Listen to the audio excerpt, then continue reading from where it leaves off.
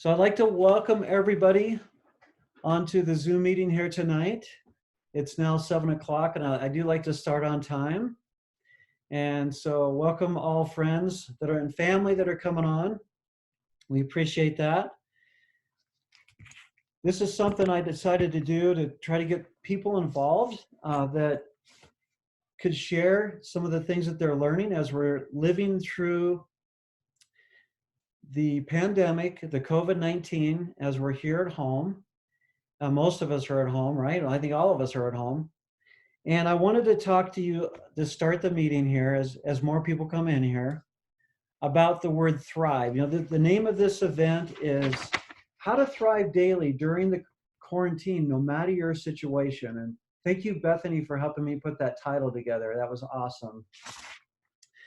And I started thinking about that word thrive because every time I hear that word thrive, I think of survival versus thriving. And when I think of thriving, I always used to think that thriving meant, you know, like, the money's just flowing in, you know, like it's all about the money, right? That's what I thought thrive meant. But I actually looked up the word thrive, and I don't know if you guys, maybe you just knew this better than I did, but I thought it was interesting what the definition of thrive is. And then I'm gonna introduce the speakers after I talk about this. And we'll get right into it, you guys. And we're going to have some question and answer time period as well. The first thing that I found out about thrive is it really means getting better at something. Really, that's kind of what we're doing during the COVID-19. I mean, I feel for all the people that are suffering out there. And I actually have a friend of mine that's got the virus, and he's my videographer, and he's doing a lot better now. We've been saying a lot of prayers for him, and he's been getting a lot better. And I wouldn't be surprised if a lot of you at least know of somebody that has the virus. And so our prayers go out to those people as well. The next thing that I learned about Thrive was it's about succeeding at mastering something. Okay, wouldn't it be wonderful to master something? And I kind of feel like my practice, one of the things that I'm mastering is Zoom. A lot of you have commented on the nice background that I got. That's one of my little mastering techniques I've been working on. And I know that Elisa Thomas, who's on, she's got a nice green screen behind her as well. She's got the columbines, which is really nice. There's so many things that we're learning during this time, I think. And I just thought it was a great time to share because we're kind of stuck in our homes anyway. And even us as realtors, my sister and my brother that are on here, and Nysa, one of our team members is on here. We have an order that we can't even show homes right now, which is really interesting. So we're trying to figure out how to do things virtually. The next thing that I learned about Thrive is it's feeling good about life.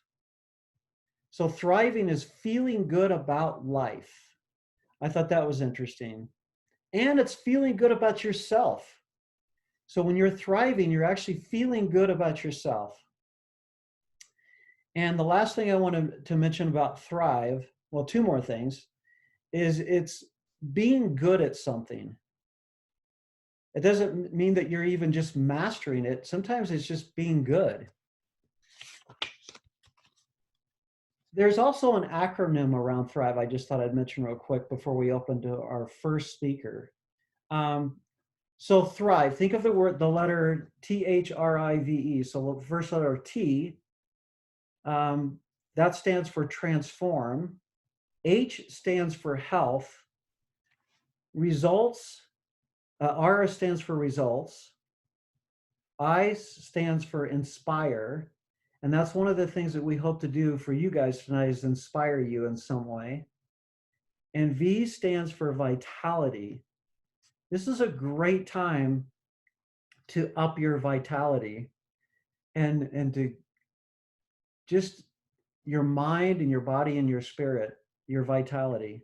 And the E stands for energy. This is a good time to gain a lot of energy during this COVID-19. that's how I wanted to open us, is by defining the word thrive, because I think it really means something different than a lot of us really think.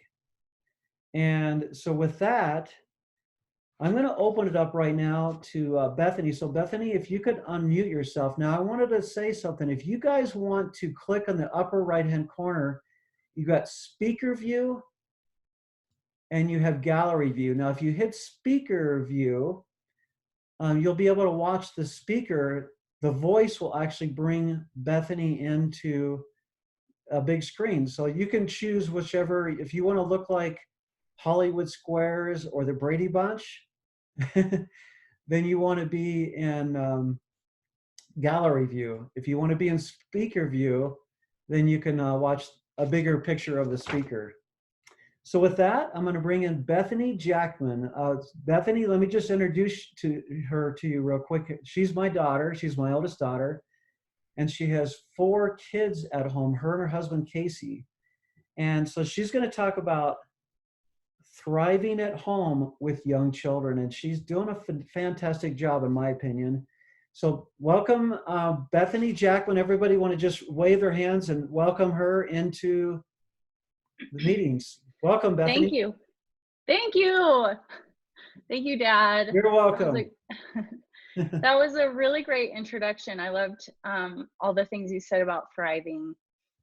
And I think that it's possible that the only other people here with young kids are my sisters. And they're already doing an amazing job at thriving during quarantine. But I'm glad you're recording this, Dad, and we can share it.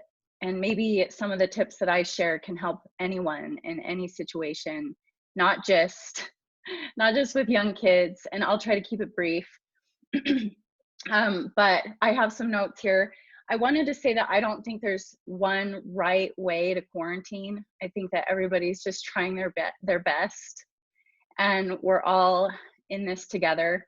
And I'm sure that there's many other moms out there with young kids who are thriving even better than I am. But as I've reached out to friends and connected with people, via technology, it's comforting to know that I'm not alone.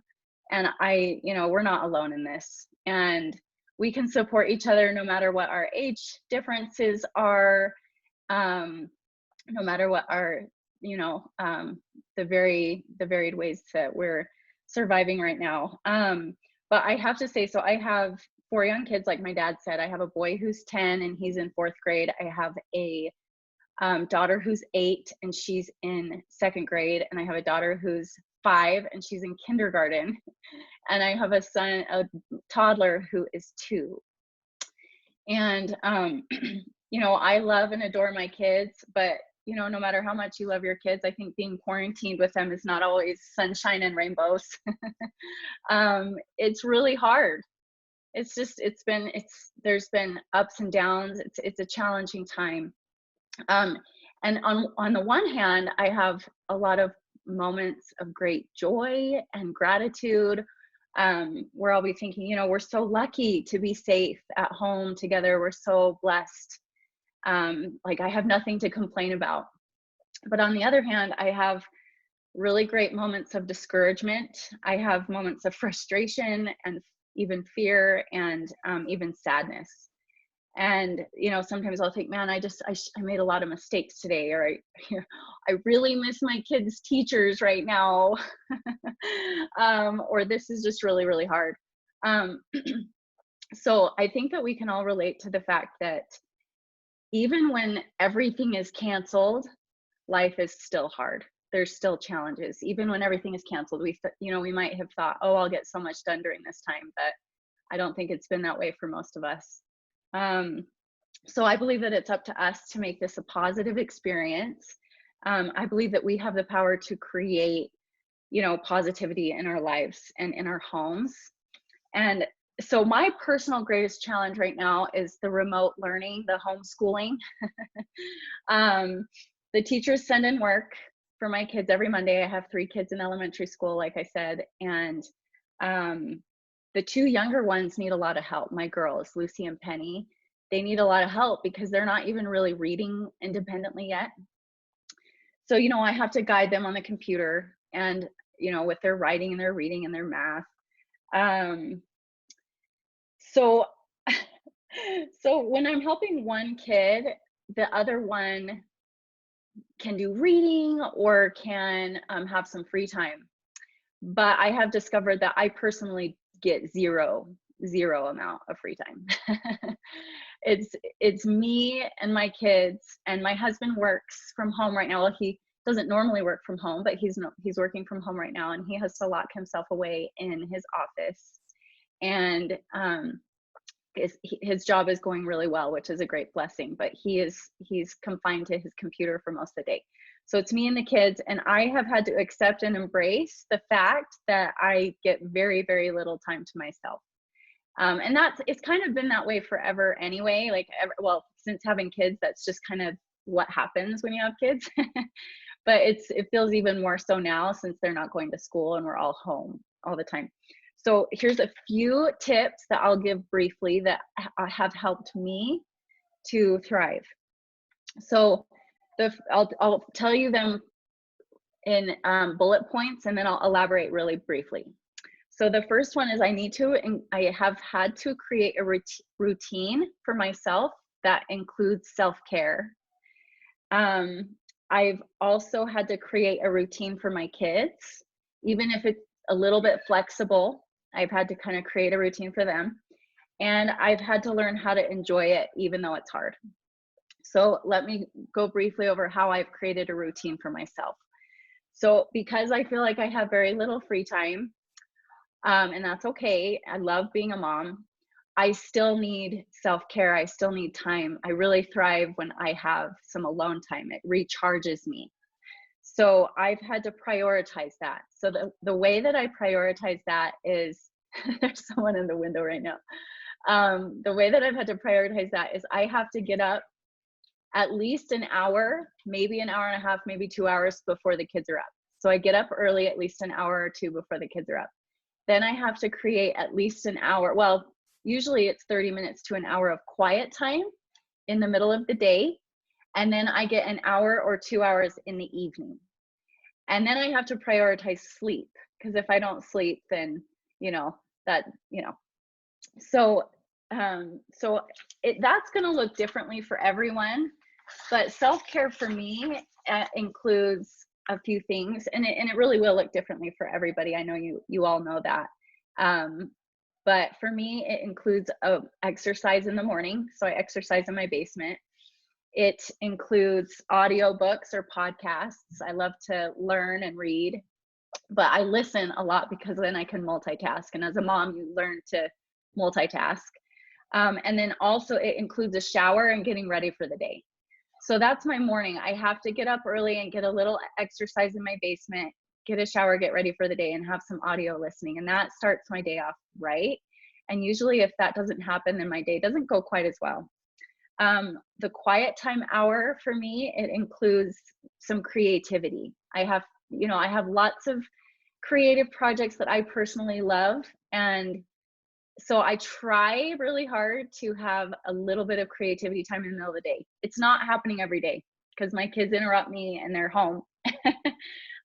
Excuse me. And then my nighttime routine also can include some creativity, some winding down, some meditation and prayer. And so those are essential to my self-care. I also want to add that my husband has been a great support. And so I think that for those of us who have young kids, or, if you have a lot of people in your house, supporting your partner in having that time for self-care is key. My husband has been really wonderful. He actually, when he gets out of work in the afternoon, which is about like 6:30, he will sometimes take the kids for a drive. And that has been a great blessing to me. He has, even though he's worked so hard all day, he'll take the kids for just a drive so that I can have like a minute of peace before bedtime. So supporting your partner is also a great thing. And then briefly, I've had to create kind of a routine for my kids, and it's somewhat flexible, but every morning I made a piece of paper and I wrote down their routine, and I have it posted in near their bedrooms and in the kitchen. And now that they've done it enough, they actually kind of have memorized it, but they know that they need to get up in the morning, say a prayer, eat breakfast, make their bed, brush their teeth, get dressed, comb their hair. Like just a simple morning routine, so they don't go straight to like watching a show or something. And then we always meet at 9 a.m. for scripture, and that's when we start our schooling. So 9 a.m. is our time that we get together, and we, like I said, we do scripture and then we do our schooling. So that kind of gets our day going.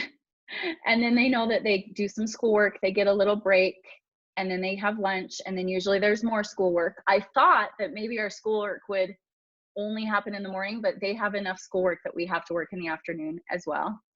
We try to go outside, but we've had a lot of snowy days lately, so sometimes we just play in the basement, or sometimes we do go out in the snow. But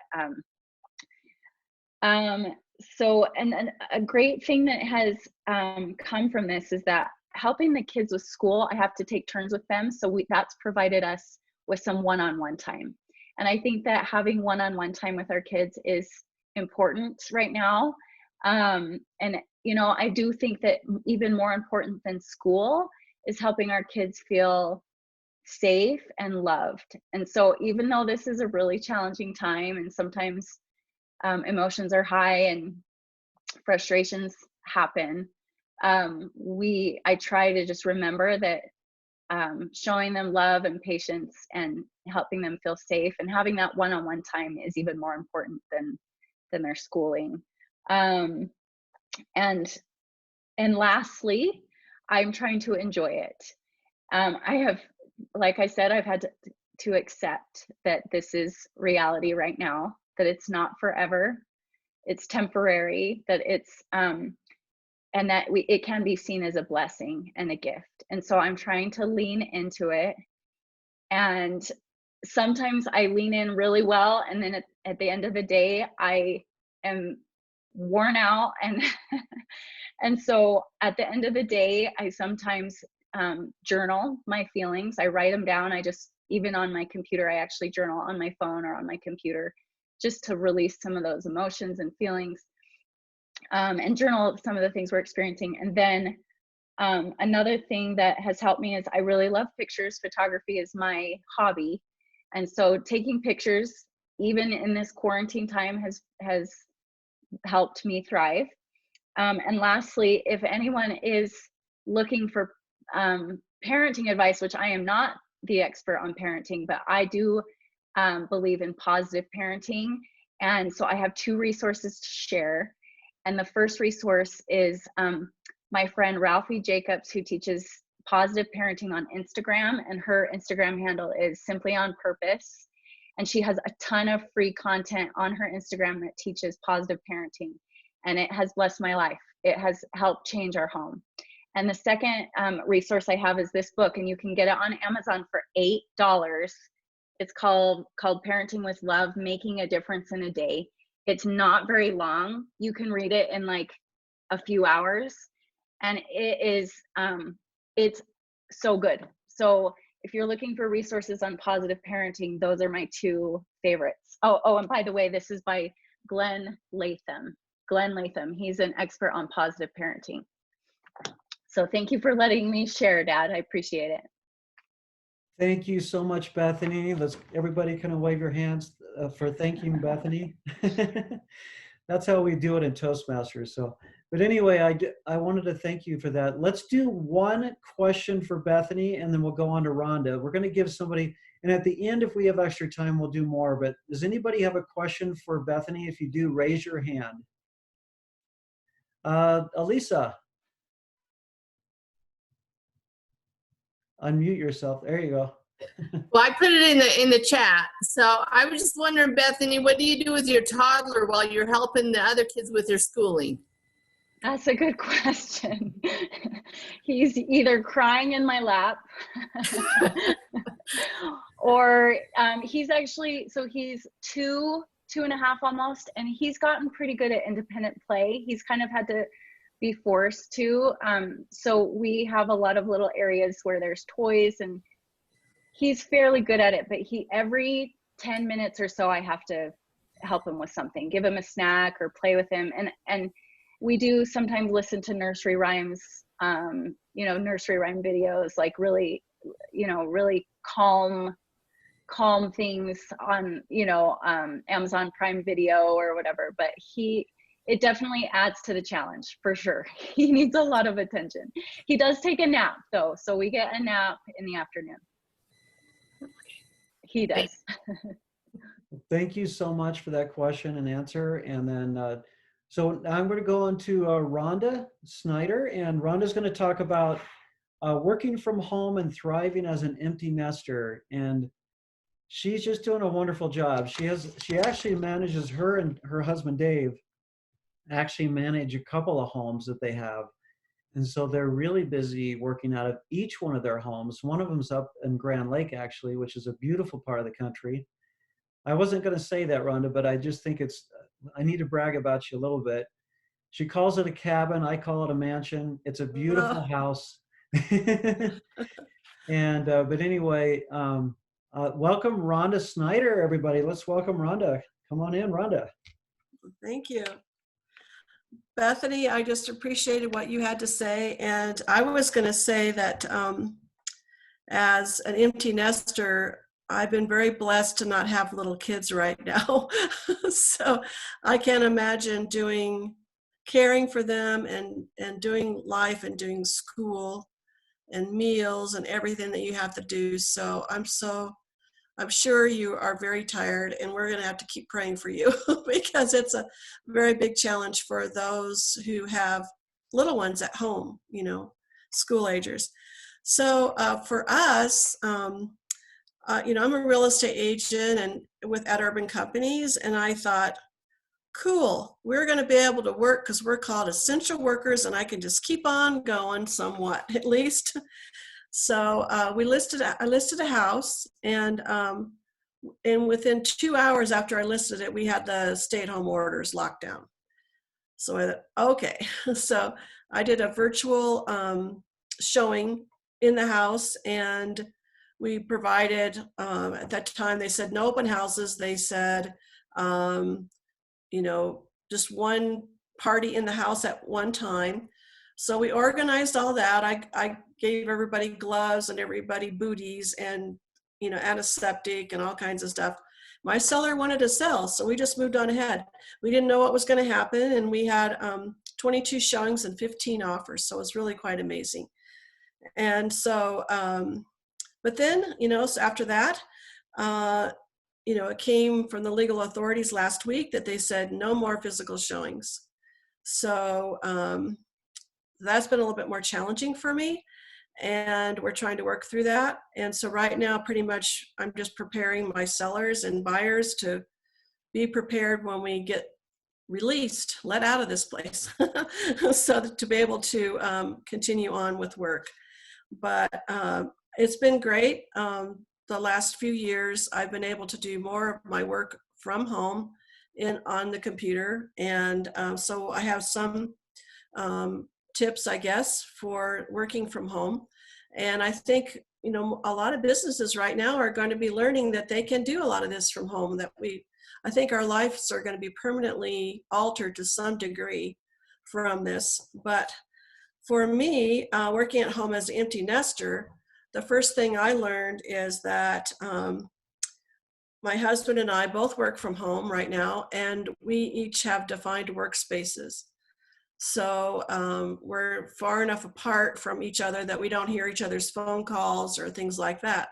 So we each have our own defined workspace, and I've got it all set up with everything that I need, and he does too.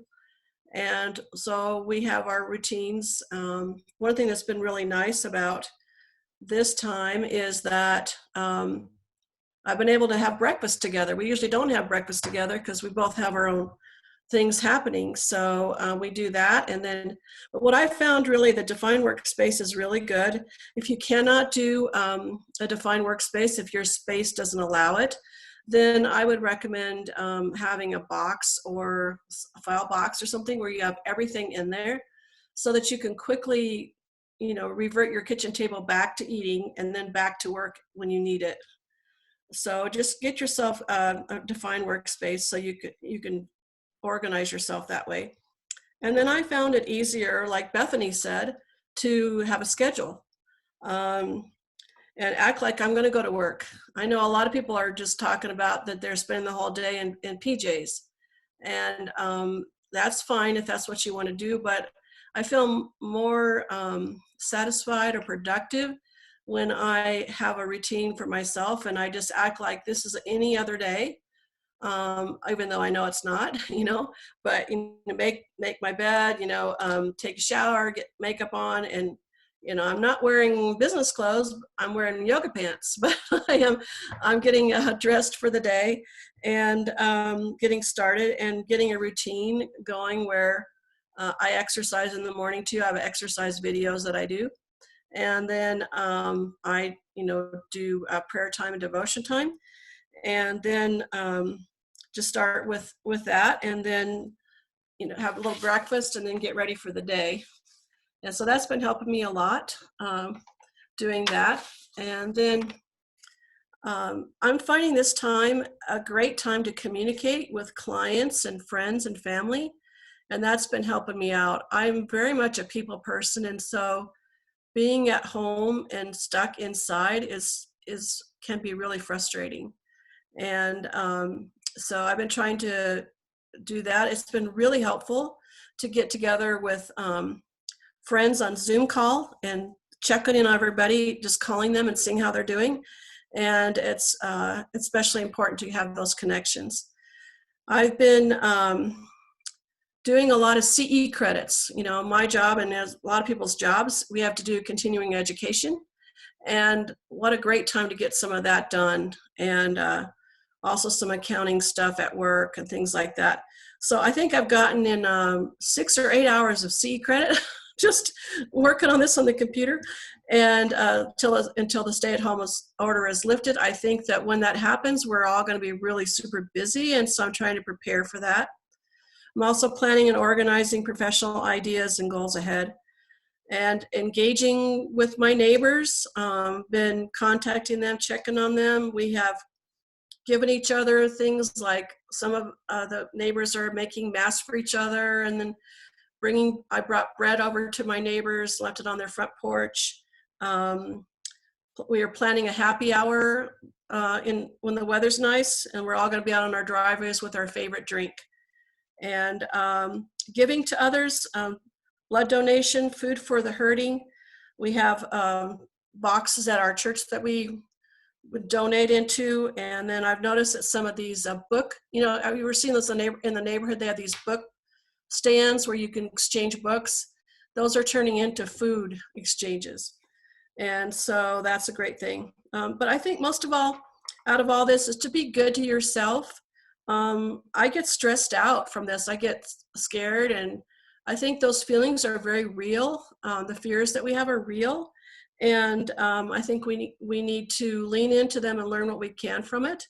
And these are stressful times. And so sometimes if I get stressed out, I'll just, go take a walk, or I'll get my mind off of by doing something fun. I don't have the TV. We don't have the TV running all day.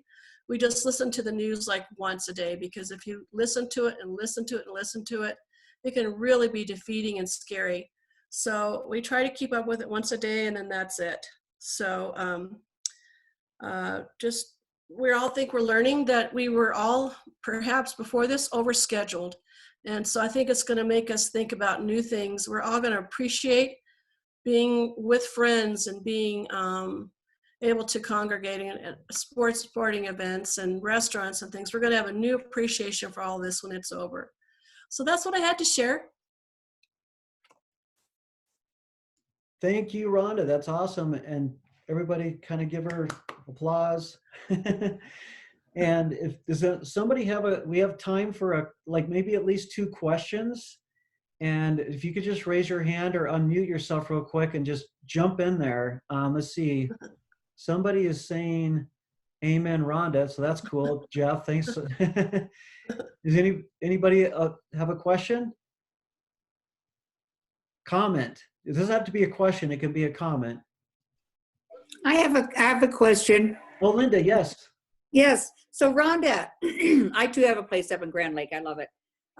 But what about, do you have a office? I know that you guys go up there and stay quite a bit, but are you then just taking your office up there and working? Because I'm thinking about going up for a week next week. And I have gone up only for a few days at a time, not necessarily staying, but with being able to work from home. How's that working for you up there then too? Well, what I do is I have everything up here. I have a laptop that I bring with me, and then I have my notebook and files I'm working on. I carry those in a box and I bring them with me. And then everything else is pretty much set up. Yeah. And Dave has the same thing. He has, we have an office here at the cabin, and we also have a loft area. He works in the loft area and I work in the office here. So then we usually kick off sometime if the weather's nice, and go take a hike later in the day. So it's fun. Great. Well, good. Well, we'll have to bump into each other up there sometime. Yeah, thank you. And Alyssa says, "I love that people are putting food in the free library spots. Are you allowed to do showings via FaceTime? How has that panned out?" Right now, that's the seller that I have. That's the only one that wanted to put on their house right now. So we're under contract. So I do have a virtual walkthrough that I did, and a lot of people commented on that. I opened up the pantry door. I opened up the crawl space. I went into the garage, things that our photography companies don't take pictures of. And so I tried to really act like I was showing it virtually, and I got a lot of comments from that. But most people still want to be able to see a house before they put a contract on it. So we'll see. Yeah, and I think the issue, Rhonda, is that we have to decide, if the house is vacant, it might be easier to do it like a one showing. But even with a vacant house, we're supposed to wait until after they're under or pending before they can actually see the house, like during the inspection. So like that's kind of the way the rules are right now. So we're trying to figure all that out. And that it's so recent that we haven't run into a whole lot of problems with it yet, but we have yet to find out. And Alyssa says, "Thanks, Rhonda. And totally, you want to see and feel it before you buy. This is so hard," she says. Thanks. Yeah, it really is. So we're trying to adapt. It's just like everything that's happening. Don't you feel like we're changing almost every hour sometimes?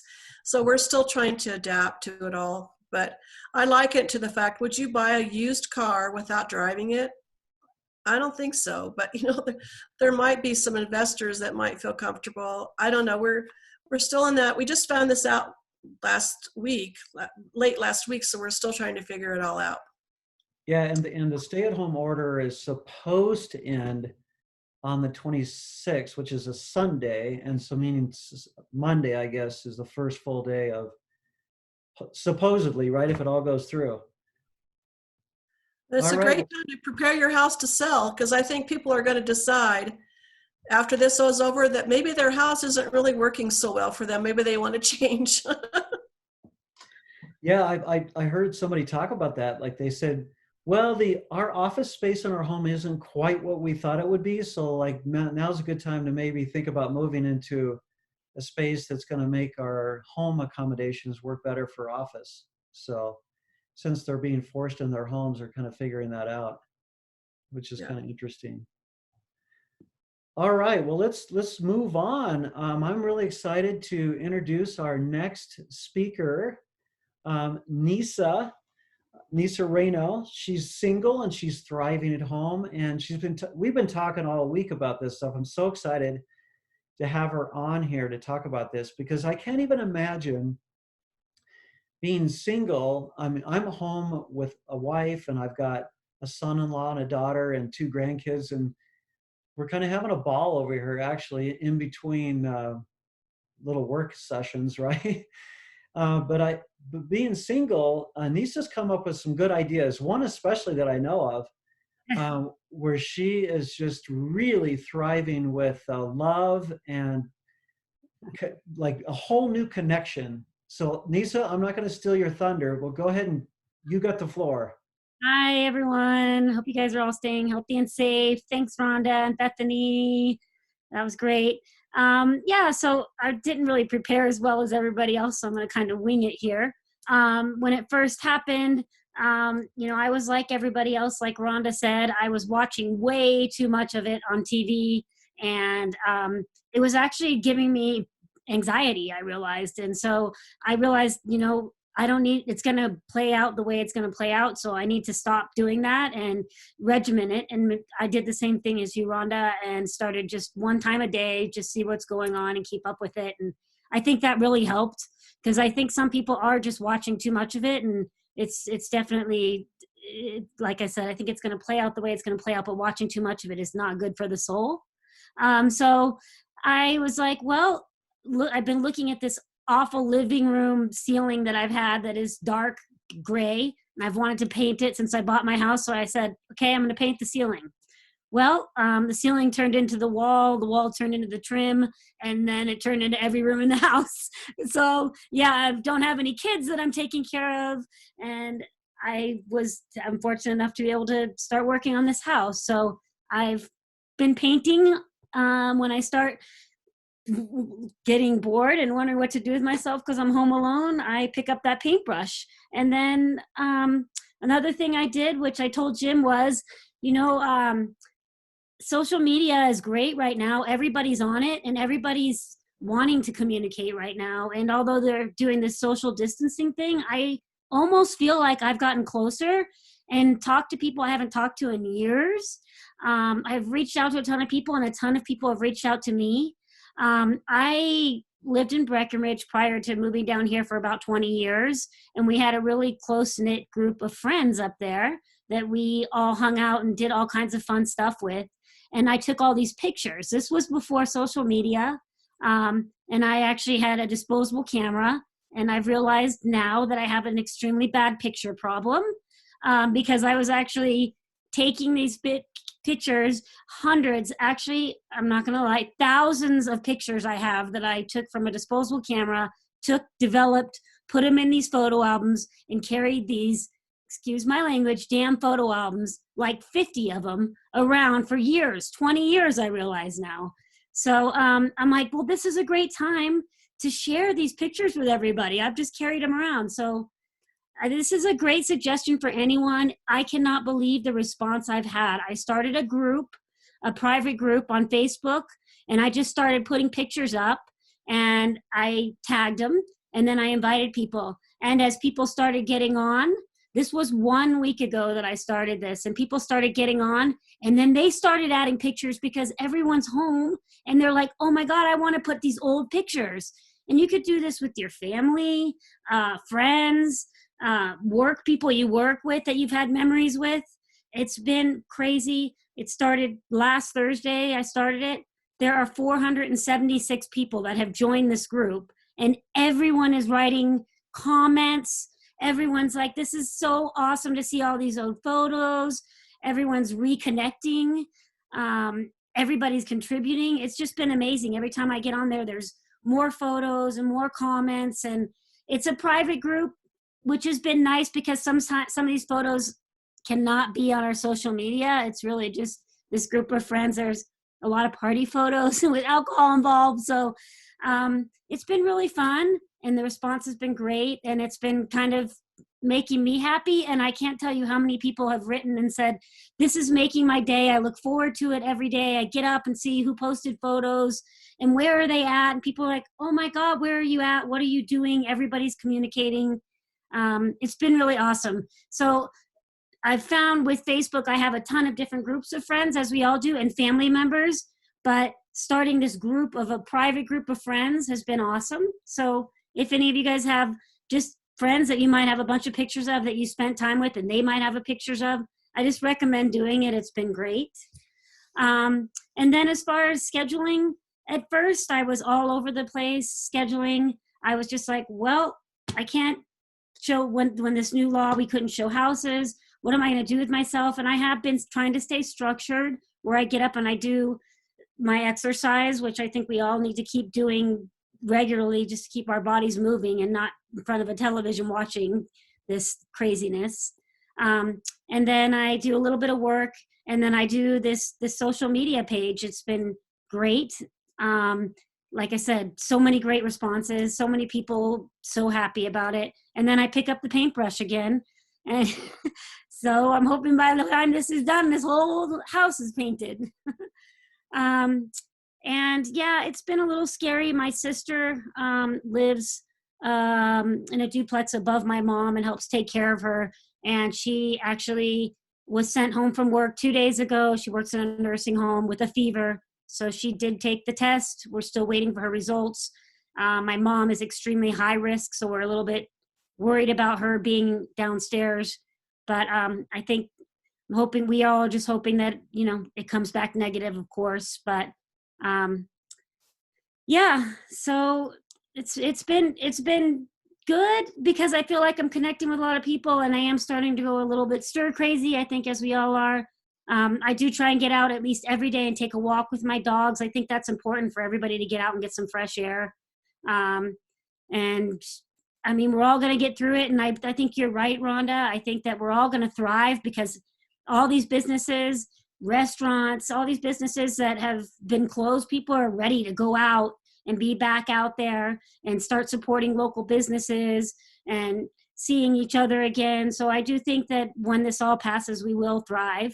And it'll be nice to have some personal touch again, since I'm single and home and don't really have anybody to hug or snuggle. It will be nice to be able to give big hugs to friends again. So if anybody wants to know how to start a group, I'll have Jim send out an email on how to do it. It's a really great thing. And yeah, so that's it. That's all I got. Hope everybody's healthy and safe.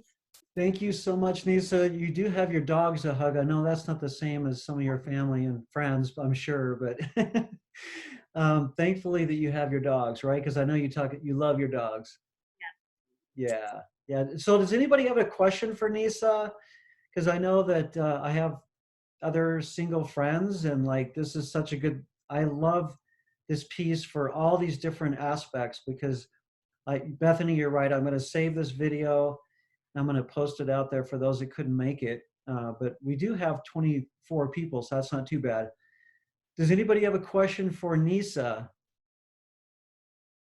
Anybody? Yes. Yeah, John does. And then I think Kendra maybe too. So let's go John first. Hi, John. Okay, guys. Nysa, thank you. Thank you for sharing. Hey, I know you're at home alone, right? So you're all alone. And my son down here, Matthew, he's on the call. He's all alone as well, up at CSU in Fort Collins, living in a house. So do you have any words of wisdom for a young guy like this who's all alone? He's been alone for the past 3 weeks. Anything you want to encourage him with? Just reach out to friends. Everybody wants to hear from somebody right now. I feel like, look through your phone and make a phone call. Guess, like, a lot of people sometimes won't answer. People are answering, and people want to talk and they want to hear from you. And it's been amazing reconnecting. Maybe friends you haven't even talked to in a while, or even start a group page for just a private group of friends where you guys can all talk. It's been, like I said, even though we're social distancing, I almost feel like I've gotten closer to people I haven't talked to and seen in a long time. So that's kind of what I would say. Yeah, reach out to anyone. Reach out to people. People want to hear from you. Don't be shy, right? And then did Kendra or Jeff, did you guys have a question? No, I was just scratching my face. Okay. I like that. All right. Good thing this wasn't an auction. Yeah. All right, just don't move or I'll call on you there. Check the comments, Dad. There's a few comments in there too. Oh, comments. Okay. Let's see. Sorry, I don't have a question. I was just scratching. Oh, there we go. That is what I have been doing to survive mentally. That's from Matthew. So Matthew, do you have any more comments about that, or is that it? You're doing. I mean, I can say something real quick. Yeah, go ahead, Matthew. I just like being in college, like doing school and like being all alone. It's hard because I like being social so much. I'm such an extrovert. But I have like connected with a bunch of my friends that have graduated, like they're working, and we do a Zoom call. Like there's about like 10 of us, and we do it every Saturday night. And it's been really cool to like do that to stay mentally like upbeat, because sometimes it gets really hard to be alone mentally for so long and you start struggling. But like hanging out with friends, that has been really good, just to keep up that mental health. Yeah. Matthew, are you able to get with your family sometimes too? I know your friends are probably key. I know the key. No, I haven't seen my family yet, but I do video call them every so often, probably talk to them once a day at least. That's cool. All right. It's good to see you, by the way. Thanks for being on here. All right. So we're going to move on over here to Jon, and Jon Urban. He's my brother, and I think he's a pretty cool brother at that. And he's going to talk about thriving with teenagers at home and whatever else you want to talk about, Jon, but that's your main topic. How you doing, Jon? I'm doing great. Thank you. You're I on. appreciate that. Appreciate that. I'm kind of a wing it kind of guy, so I want to keep it kind of short and succinct and to the point here. I have a couple of things I think that I on my heart to share. And I like, Jimmy, I like your definition of thrive. I like that. I don't want to kind of take some of those words away, but I really felt convicted as I was looking at another definition of thrive, which is kind of growing well and even kind of growing vigorously. And I thought of a tree planted and trying to get its roots down in good soil. And I think that during this time where we're all most of us are staying at home and all the different challenges that we have, that there's opportunity to kind of get our roots kind of down deep. So maybe the fruit on the tree may not be growing yet or thriving yet, but I think as we get our roots down deep in that good soil, and I think that it's going to allow for the next 30, 60, 90 days for the fruit to appear on the vines. So I was just thinking that I'm a realtor too. For somebody that you don't know that, I'm a realtor at Urban Companies and facing a lot of the same challenges as the other realtors or other people here that are in business. And so I've been mainly staying at home, and I've got 2 teenage boys. I've got Luke, who's 16, and I've got Jeremiah, who is 18. And then I've got my daughter, who is 22. So she's not a teenager anymore, but she's my only daughter. So she's here with us, and my wife is here as well. So we have kind of a full house. We're missing our son, Matthew, who is he still on here? There you are. Okay. We're missing our son, Matthew, here, but it's good to see you on the call here, Matthew. So anyway, I was really thinking about thriving and getting those roots deep down with teenagers. And as a father and as someone who I feel that big responsibility to kind of impart, teach my boys, I've only got a couple more years left with them, and we're launching them out. And they're going to go to college. Jeremiah is going to be going actually this fall to Grand Canyon University in Arizona.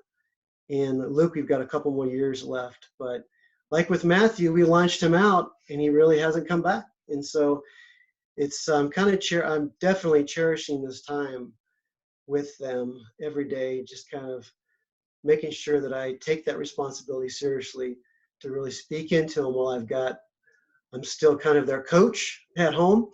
In other words, I still have some authority over them. I can still pull them out of the game. I can still encourage them and speak into them. it's a whole different ball game once they leave under your house. You become more like I would say more like a consultant at that point with Matthew. He's I don't really give him advice unless he asks usually, and then I feel like I'm more consulting him. But here's a few things that I thought about that I've really been trying to be real intentional with, just keeping it in front of my mind, is really having a spirit of kindness in my house, because we're spending so much time together that just that a spirit of kindness and what it looks like and what it means to be kind to your kids. And I thought of a couple things is what has made me be more kind to them in my words and my thoughts and actions to them is putting myself in their shoes. You guys remember what it was like to be a teenager? So, and I don't know if any of you guys even have teenagers at home. Does anybody have teenagers? Raise your hand. No one has teenagers that I can see. But there's some with young kids, and they will be teenagers before you realize that they'll be teenagers. It happens really fast. So some of these principles I'm speaking, they might not be applicable to you guys right now with teenagers, but putting yourself in their shoes, whether it's younger kids or whether it's your spouse, putting yourself in their shoes, like what are they dealing with? What are they going through right now? And having compassion and empathy for what they're going through. Because they have questions and fears, and they have those things really affect them. And so drawing them out, asking them questions, kind of reassuring them, taking time to reassure their questions. And I've done this with both of my boys. I can't say it really well, but we spent time every day. Kind of like what Bethany said, individually with each one of them is really important. If you spend time with each one of them, take time each day. And for example, Luke is a runner, he's 16. We've been going out on a run every day. So we go outside and we spend time together and we talk a lot and I listen, and he really opens up to me. He's really opened up to me, which is a really neat thing to have that one-on-one time with them where you can enjoy things you're doing together with them. So find something that they like doing together. So the other thing I thought was really helpful for us was, as teenagers, as you guys know, when you're a teenager, I like to sleep a lot. I still do. But when I was a teenager, there were times where, man, if I could sleep till 11 or 12 o'clock in the day, I would be so happy. And Jeremiah, my 18-year-old, was like, this is like a vacation. I get to sleep. I don't have to get up. Now, they do have school responsibilities and things that they have to do that we're keeping them accountable to. But I think that, I guess, just the responsibilities of being a teenager, they're getting up early, they're going to school. So we've been taking this time to let them sleep in a little more, at least until 9 o'clock in the morning.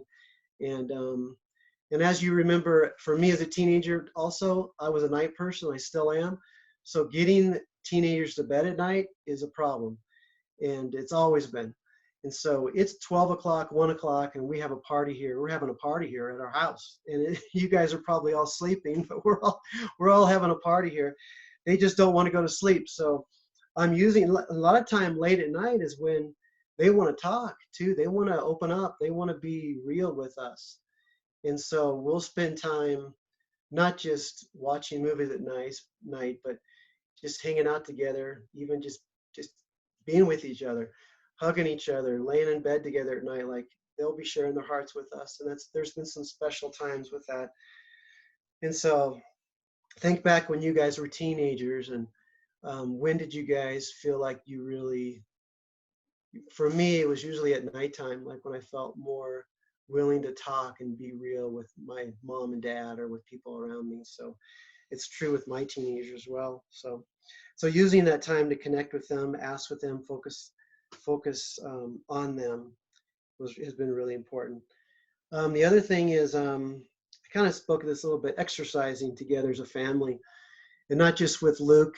I've been running with Luke, but my wife and my daughter and my other son, we've been going out outside and they've been taking walks. They'll go out and walk 20 minutes out. Luke and I will go run, and then we'll meet them on the way back. So we're all kind of doing an activity together. And so that's been really good for us, spending time together as a family. And then another thing I wrote down is going back to connecting with them and spending time and listening to them, is really watching your words and what kind of words you speak to them. And not only being kind in your words, but speak life to them, speak truth to them, speak encouragement to them, and find their love language. We've read a book that's really impacted us is called The 5 Love Languages. Has anybody heard that book? If you've heard that book, called The 5 Love Languages. If you have not, it's by Gary Chapman, and it's one of the most popular books it's been around for probably 30 years. And it's kind of talks about 5 different love languages that each one of us have. Quality time is one of them, words of encouragement or affirmation, acts of service. I know I'm missing some here. There's physical touch. I can't remember the 5th one. There's a 5th one if someone will read. But find, what's that? Gifts. There we go, Bethany. Yeah, gifts. So think about those 5 things and find out what your spouse or your kids, whether they be younger kids or teenagers, or whoever you're with, find out what their love language is and try to speak that language to them. And that's really helped my wife and I kind of speak love languages with her. She loves quality time together. And most guys like me, we like to be encouraged and affirmed.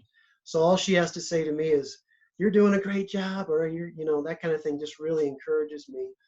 It really makes me want to kind of jump off and do whatever. I feel like I can do anything when my wife encourages me. So do speak life to people that you're with and speak encouragement to them, speak their love language and truth to them.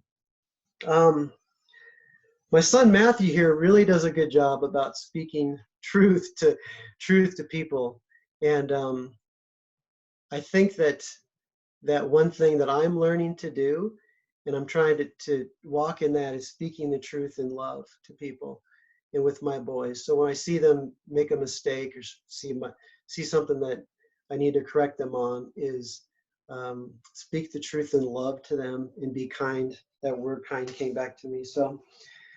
Anyway, I also just don't want to manipulate behavior, whether they're small kids or whether they're teenagers, by giving them a bunch of rules. Want to get to their hearts. They want to get to know their heart and get to know what motivates them, what their dreams are, what their passions are. So as the kids are getting older, speaking light to them that way. So. I think that's about all I've got about how to thrive with teenagers in the home. Thank you guys. Yeah, thanks, John. I appreciate it. I wanted to just chime in. I love that you brought up thrive, because it's definitely not the word that all of us think it is. And I love how you talked about your teenagers and how you actually want to get close to them and to get to know their heart. And I just think that's really special. And so, yeah, and they're growing up fast. You only have a couple of years left, right? That's right. It's going fast. It goes by really fast. It's so a great Bethany, time. I know Bethany, with those small kids, it'll be, in a few years, you'll be where we're at. And so take advantage of every minute, every day, and just be grateful for everything you got. And I think the opposite of having fear and anxiety is gratefulness and thankfulness. Being grateful and thankful for your situation today. It doesn't allow for us to have too much fear and too anxiety when we look at what we're thankful for and grateful for. So let me just give you guys a couple of things here. We've got 15 more minutes. This is an hour and 15-minute event, and Rhonda and I are going to kind of jump in here, and we're going to wrap it up with a topic. And then at the very end, I want you guys to be thinking about what impacted you the most with this event. And we'll have a couple of those at the very end. But Rhonda and I are going to now jump into how to help those that are seniors you're close to that are still in their home during this time. And the reason we bring this up is that on both sides, both my mother-in-law, who's single and retired, and, you know, I don't think of her as a senior, but she's getting close, I think. And then my mother and father, who's obviously a lot of her kids are on this on this event right now, and so my mom and dad are in their mid 80s, and they're at home, and we're trying to figure out a way to help them because they always say they're fine. They say we're fine, we're fine, we're fine, but we know they're not completely fine. We know that they're probably bored. We know that they can't go out to eat as much as they used to go out to eat. That was one of their most all-time favorite things, right, Rhonda? Yes, it was. Yes, it was. And so we came up with like some ideas, and Rhonda has some thoughts around this too, but I was looking up some ideas on how we can impact their lives more and be more a part of their life during this time when they're, you know, by themselves and they're not doing the things that they're not normally doing as well.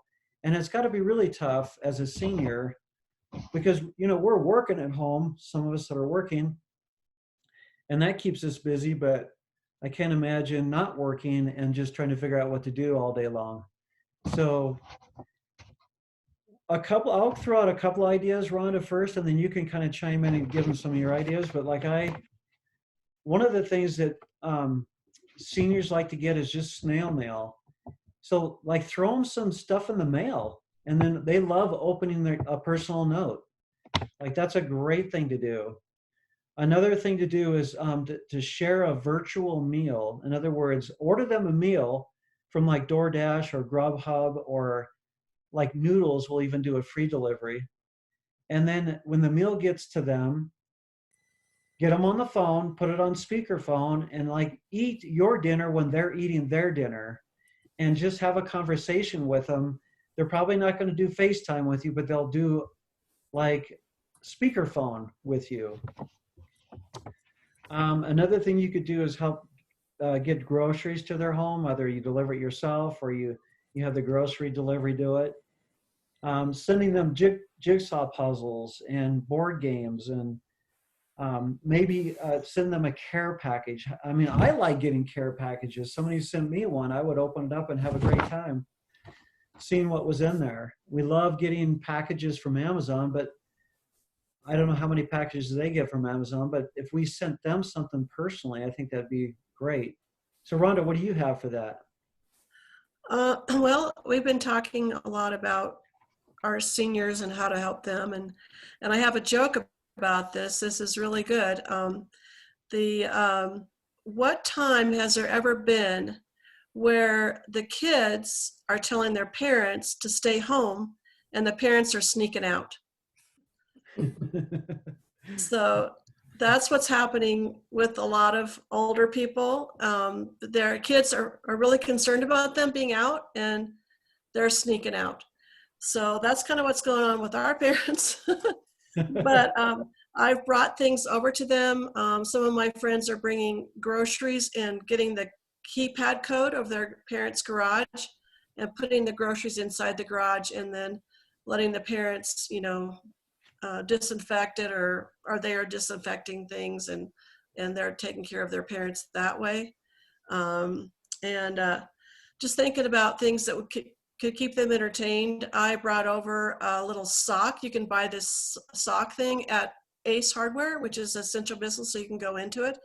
And it was like $7, and it was full of seeds for little finch birds, and you can hang it up, and then the finches come and eat the seeds. And that's my husband Dave loves wildlife, and he's put up a bird feeder and he's just watching the birds. And it's springtime, you know, it's awesome to see the wildlife. And another thing I'm going to do, I haven't done it yet, so hopefully my parents won't see this, but I'm going to order a CD. They still have a CD player, and I'm going to order a CD of music from their era, you know, when they were teenagers, and send it to them, and just have it play music that will remind them of when they were younger. My parents are really enjoying and cherishing their times together right now, and I feel that way about my husband and I. We are really enjoying our time together. So that's a good thing. I'm glad they're not all alone, but this is really disrupting their lives and their routines. And so it's hard for them. They don't communicate with Zoom. They don't communicate with computers even. And so we have to be more creative. More phone calls. I've been doing more phone calls with them, and they seem to enjoy that. And I love the mail idea. That's a really good idea, Jim, about the cards. So yeah. Yeah, like I was on the phone with him the other day. I was talking to Dad, and I was saying, like, why don't you just go pick up some food? Like, go to, like, he loves this restaurant called 240 Union, which is a really high-end restaurant. I said, I'm sure they're doing delivery. And he goes, well, I don't know if they are. He goes, that's kind of a good idea. But he goes, I hate picking up food. I don't like picking up food. I like eating at the restaurant. And so, like, I don't know if they probably just aren't picking up any food. You know what I mean? So, and I said, well, what are you doing? He said, well, we're going to the grocery store, and we're a couple times a week, you know, and we're buying things that don't require a lot of fixing. You know what I mean? And so it's going to take us, I think, it's just going to have to get that hot, delicious food from restaurants to their house somehow. You know? And that's the hard part, because they really don't want it. They want to go out.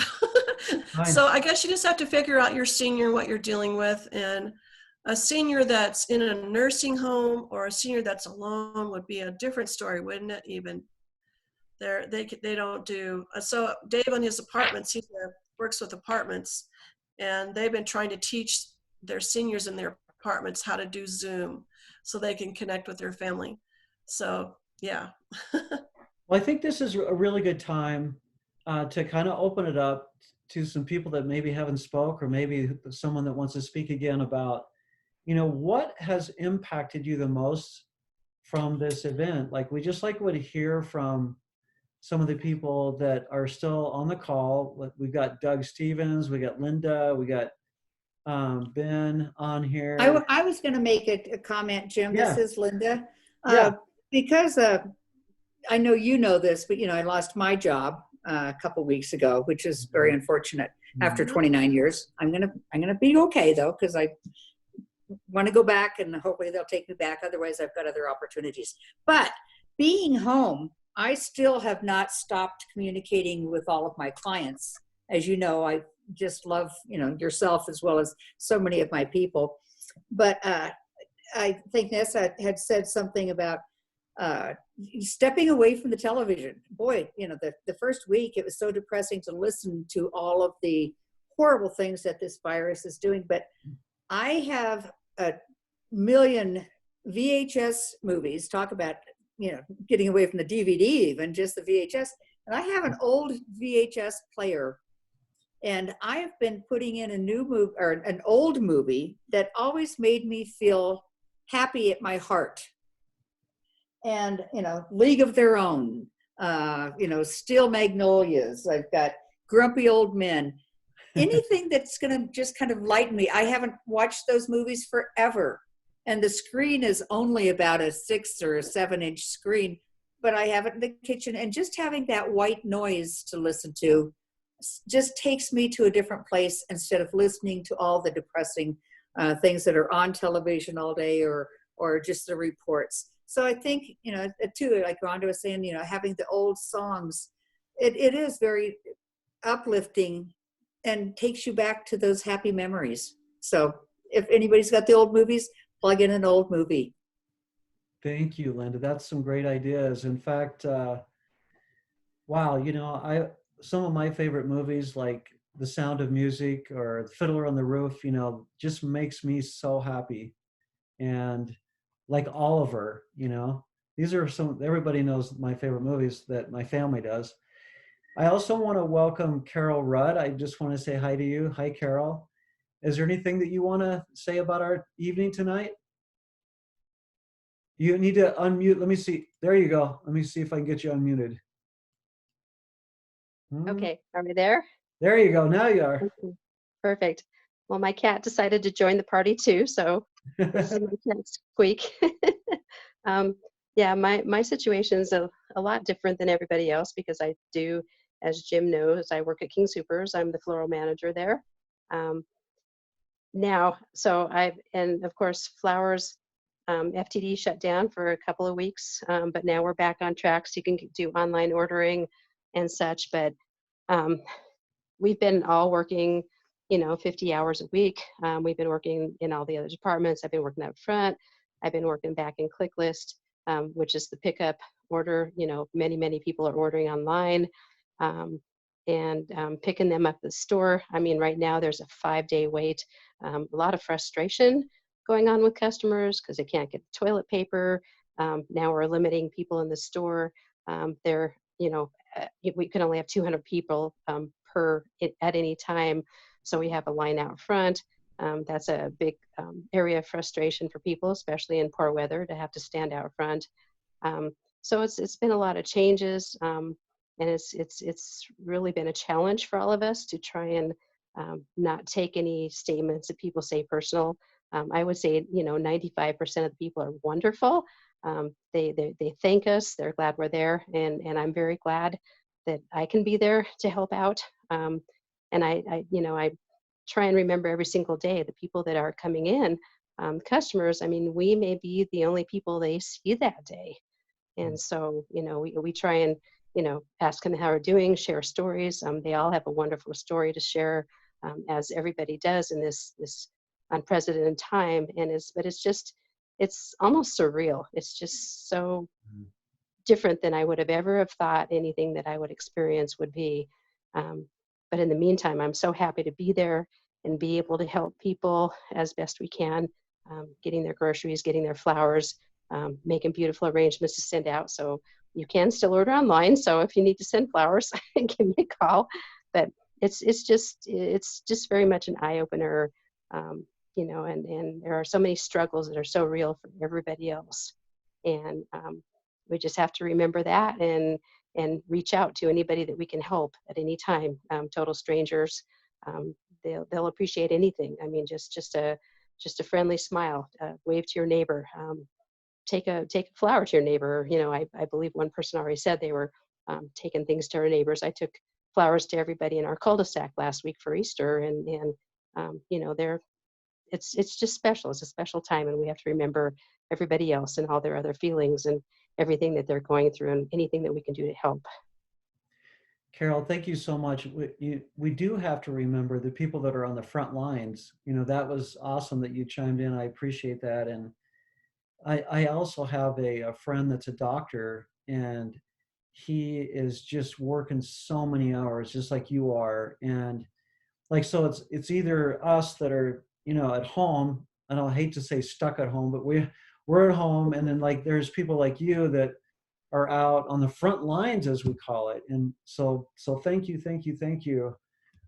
for being a part of that. Absolutely. Because you're doing amazing work, and you always do anyway. I always love seeing you at King Soopers, and I know how you love flowers, and you also love to take pictures. It's amazing how us picture people and video people like to come together. Yes. And because I know you're a photographer as well. And Yes, I love it. I nice thing I have thousands of pictures I'm going through, which is wonderful because obviously I can't do the hiking, the skiing, go out of the neighborhood. But actually, there's plenty in my small neighborhood that I can find beautiful pictures of too. So it's all still there. So thank you, Jim. You bet. Well, let's just go to one more comment, and then we'll kind of end it. We've got some other folks still on here, we got Doug on here. We've got my mother-in-law, Joan is on here, and Jeremy's on here, and Janelle is on here. Justin's on here. Jerry's on here. Anybody else want to chime in before we close it out? Oh, Jerry, yes. You'll need to unmute yourself there. Yeah, I'm going to. I was going to try and send this in chat, but it seems like there's a lot of believers on this call, and I wonder if we couldn't just take a minute to pray for all the workers that are out there in the grocery stores and doing such an incredible job to take care of us all. Oh, what a great idea. Yeah. Thank you. Jerry, do you want to lead us, or do you want to, if anybody else want to volunteer, or? I'd be happy to, Jim, and please, if anybody wants to jump in, let's just do it. Heavenly Father, we just come before you. We just thank you, Lord, for keeping us all safe. Lord, I thank you for the president's message tonight. It was so much more uplifting than anything I've heard to date. And Lord, I just know you're on this. We just ask special protection over all these incredible workers in the grocery stores and the stores that are open, that are working so hard to restock shelves and take care of our needs, and saying nice words to us when we come through the store. And they're just working so hard. They're so amazing. I just ask that you give them special grace, special gifts. Let them feel the love from the community, Lord. And Lord, just surprise them with joy every day. Give them each something special to know that they're loved and cared for. And Lord, the greatest gift I know you can give them is you. Belief in your Son. So we just thank you for that. I thank you for this great real estate community.